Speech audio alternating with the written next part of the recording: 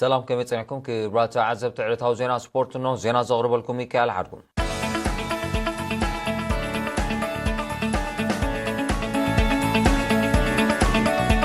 سبورتاو درات كالاي درجة بيت تمرتي زوبا ما كل تمال سنبتنا حمشاي سومونو قتيل نيرو سرغ بوصيتو يسعب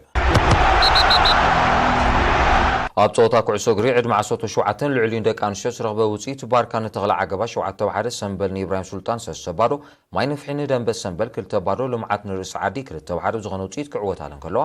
ኣብ ናይ ደቂ ተባዕትዮ ድማ ባርካ ንተኽለ ዓገባ 11 ብባዶ ሰንበል ንኢብራሂም ሱልጣን 5-1 ሓላይ ንሰዓርት 4 ባዶ ደንበስ ሰንበል ንማይ ንፍሒ 3-2 ልምዓት ንርእሲ ዓዲ ኣስመራ ሓፈሻው ንማርኮኒ ብተመሳሳሊ ውፅኢት 2 ባዶ ክረትዕን ከለዋ ሓርነት ምሳዱሽ ድማ ማዕረ 1-1 ተፈላለያ ኣብ ውድድራት ኩዕሶ መርበብ ደቂ አንስትዮ ኢብራሂም ሱልጣን ተኽለ ዓገባ ኣዱሊስ ንማርኮኒ ኣስመራ ሓፈሻው ንቶኮር ብተመሳሳሊ ውፅኢት 2 ባዶ ክረትዕን ቀይሕ ባሕር ንኢሳት ወለመድህን ሰንበል ንርእሲ ዓዲ ባርካ ንልምዓት ደንበ ሰንበል ንማይ ነፍሒ 2-1 ዝኾነ ውፅኢት ተዓዊተን ኣለን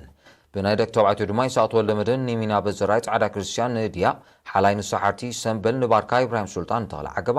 ኣዱሊስ ንማርኮኒ ብተመሳሳሊ ውፅኢት 2 ባዶ ክረትዕን ደቕሰብ ንቀይሕ ባሕሪ ማይ ነፍሒ ንደንበ ሰንበል ቶኮር ንኣስመራ ሓፈሻው 2-1 ዝኾነ ውፅኢት ተዓዊተን ኣለና ኣለዋ ኣብ ከተማ ቁርደት ብዞባ ደረጃ ንዝካየድ ናይ ብሽክሌታ ውድድራት መምረፂ ተቐዳደምቲ ዝኾነ ውድድራት ይካየድ ኣሎ እዚ ካብዚ ጅምር ካልኣይ ሰሙን ኣውፂሩ ዘሎ ውድድር ካፍቃር ስፖርት ብዓብ ዝኾነ ቁፅሪ ይከታተሎ ከም ዘሎ ካብቲ ቦታ ዝበፅሓና ዜና ኣፍሊጡ በዚ መሰረት ተቐዳደምቲ ራብዓይ ዲቪዥን ኣብ ዘካየዶ ናይ 30 ኪሎ ሜትር ውድድር ቀዳማይ ኤቨን ሃይለ ካልኣይ ሳይሞን ዮሴፍ ሳልሳይ ካይ እስማኤል ኢብራሂም ክኾኑ ከለዉ ናይ ሳልሳይ ዲቪዥን ዝረኸበ ውፅኢት ድማ ሴም ጎይቶም ሓመድ ሳልሕ ሓፊዝ መሓመድ ዓለን ካብ ቀዳማይ ክሳዕ ሳልሳይ ዘሎ ደረጃታት ተዓዊቶምሉ